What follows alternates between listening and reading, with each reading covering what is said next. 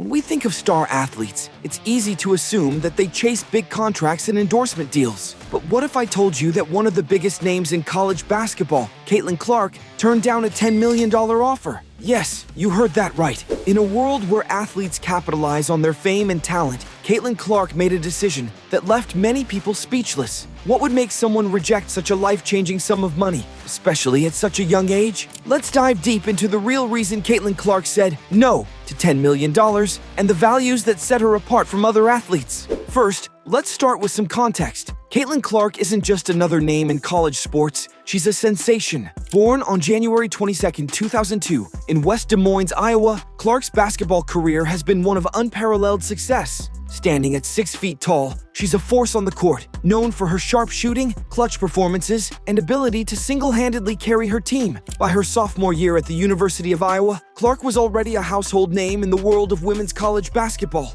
Her stats were off the charts, leading the nation in scoring and assists, making her one of the most talked about athletes in 2023. But Caitlin isn't just known for her skills. She's known for her leadership, work ethic, and humility. At just 22 years old, she's already making waves in the WNBA, leading the Indiana Fever with her sharp shooting and unmatched playmaking abilities. Her journey has been nothing short of extraordinary, starting from her college days to becoming the future face of women's basketball. But with that fame comes a heavy weight of expectation. And when Ice Cube came knocking with a $10 million contract to join his Big Three league, Clark was faced with a monumental decision. Let's break this down. The Big Three is a league that's not only niche, but also primarily seen as a street ball, 3-on-3 format featuring former NBA stars. It's a fun, laid-back league that doesn't carry the same prestige or competitive edge as the WNBA. Players like Joe Johnson, the 2023 Big Three MVP, and a former NBA All-Star have thrived in this space, but it's still a different ball game compared to the full-court action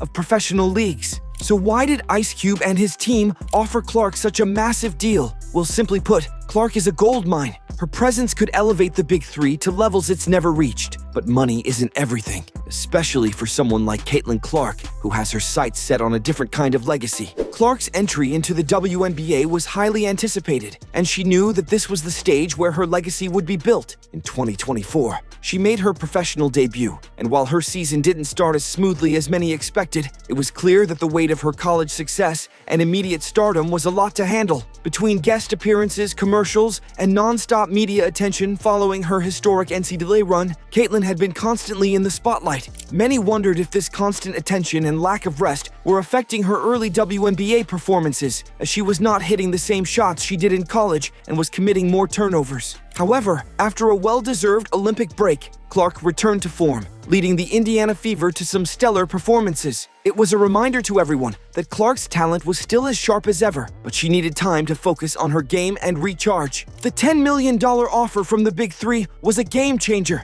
If Clark had accepted it, she would have been the face of the league, bringing in more fans, ticket sales, and merchandise revenue. Ice Cube himself was very open about the fact that Clark's presence would have skyrocketed the league's popularity. Not only would she be going toe-to-toe with former NBA stars, but she'd also become the first female player in the league's history, breaking barriers and attracting a new wave of fans. But here's the thing. Clark is more than just a star basketball player. She's a competitor who thrives in a full-court setting. The Big Three, while lucrative, offered a very different style of play, 3-on-3 street ball, which isn't what Clark had trained for all her life. Beyond that, the physical toll of playing in two leagues was another major factor. The Big Three's schedule might be shorter, but juggling it with a WNBA season would have been a nightmare. WNBA players already endure a grueling schedule, traveling and playing almost year-round. For Clark, adding another league into the mix would have meant even less time to rest and recuperate, risking injury or burnout. Clark's decision to turn down the Big Three's offer boils down to one word: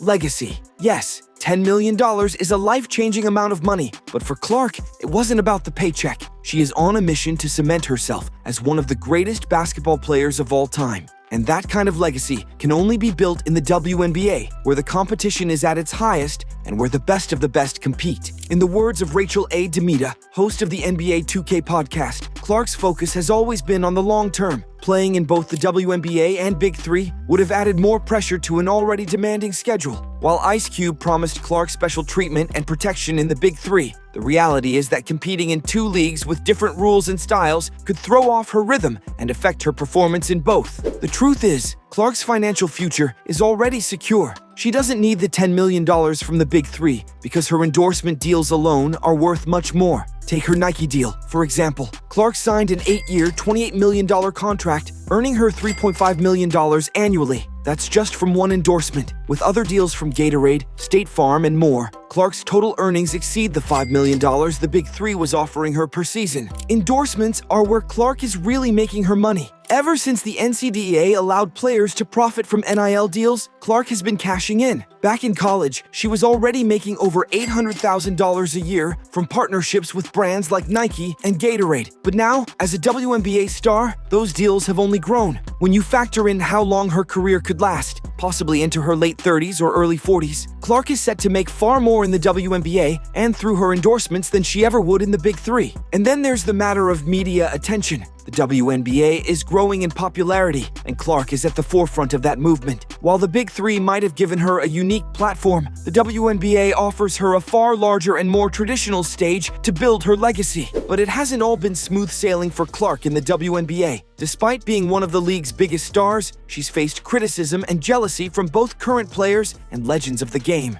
Veterans like Diana Taurasi and Cheryl Swoops have been vocal about their discomfort with the attention Clark has received, feeling that the younger star is overshadowing their accomplishments. Even on the court, it's clear that some players aren't too happy with Clark's growing fame, often playing rougher against her. The WNBA, too, hasn't done much to protect Clark. She's been left out of key opportunities, like the USA Olympic team, despite her being one of the most popular and talented players. The WNBA's treatment of Clark is concerning, especially considering how much she has already done for the league. In 2024 alone, WNBA merchandise sales shot up by 500%, and Clark's jersey was a major driver of that surge. Her influence has been instrumental in getting more fans to tune into games, helping the league gain the visibility it desperately needs. The WNBA has a golden ticket in Clark, a player who can elevate the league to new heights. If they fail to support her and let the criticism and physical toll pile up, they could risk losing her to another league or even see her step back from the game earlier than expected. Looking back, it's clear that Ice Cube had a vision for the Big Three, with Clark at its center. She wasn't just going to be another player, she was going to be the player. Ice Cube was willing to go all in to ensure her success, offering her a 50% stake in merchandise sales, a piece of the league's documentary revenue, and even discussions about her eventually owning a team. It's clear that he saw Clark as the future of the league.